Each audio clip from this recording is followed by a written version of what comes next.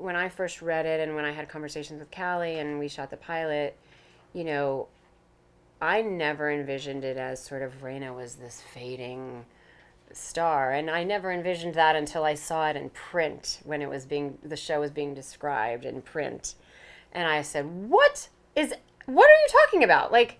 this is an incredibly powerful woman who is self-made and created this great life, and we are showing the comparison, and you sort of using her as an example to show sort of a more historical way of working, and then using the Juliette Barnes character to show kind of new media,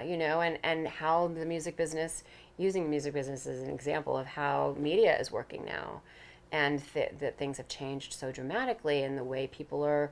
artists are working has changed so dramatically, and so that to me was what it was about, and so I saw Rayna as this very powerful character, and we meet her at a time when she's sort of in a kind of a slump, which to me is interesting storytelling, because it's like her slump is kind of a reflection of how she has to rethink what she's been doing her entire life, because guess what, it's all really changed, and it changed while she wasn't even looking. um, I've, in much in the same way that with Tammy Taylor and Friday Night Lights, I really, I pushed very hard um, to to make sure that she had a voice in that world. And I was luckily working with people who were also very committed to that ideal. And the same has been true with Rayna.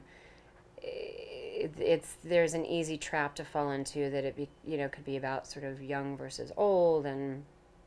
washed up and all the rest of it. And to me, Rayna is, for me, it's an opportunity to play a woman in her 40s who um, has has created her life and is continuing to create her life, and has to keep readjusting because the world is changing, and yet she has an amazing amount of wisdom, and she's made a lot of mistakes, and she's also learned a lot, and she can use all of those things as she moves forward in her life. And so those are the stories that I like to tell while I'm playing Rayna.